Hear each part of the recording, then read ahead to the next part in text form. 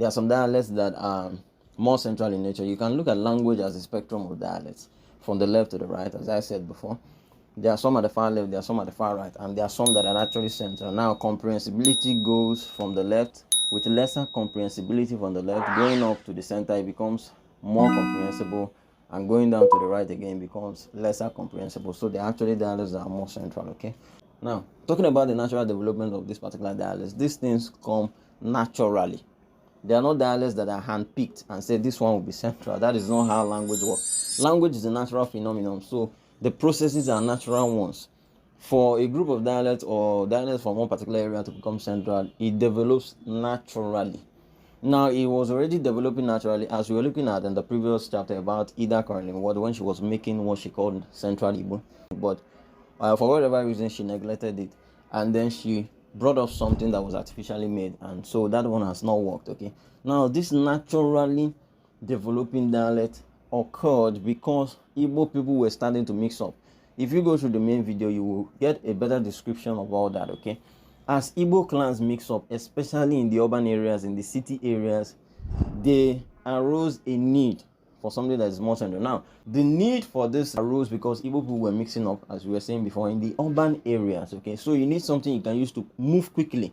Okay, and so this ones developed since they were the most understood. That is the natural development of those kind of central Igbo tongue. Now we're talking about its spread. It continues to spread from one urban area to the other. You will get it across several cities today in Igbo land, and it's just like that because the need for it continues to be very much necessary.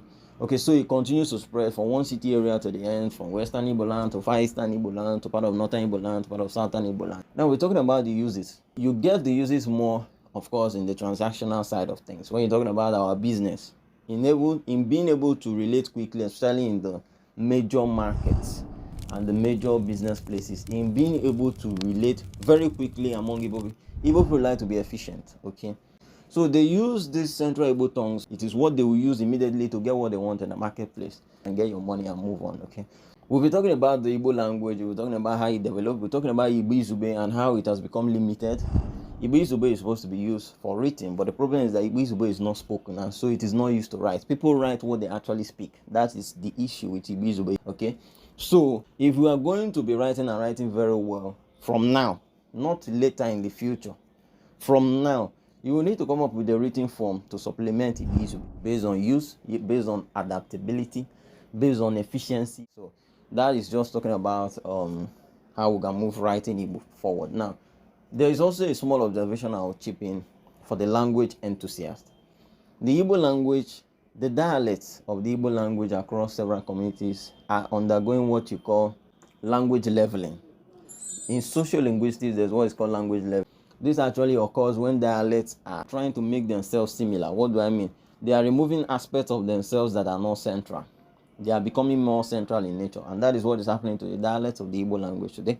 Just a small observation I'm chipping in for those who are language enthusiasts.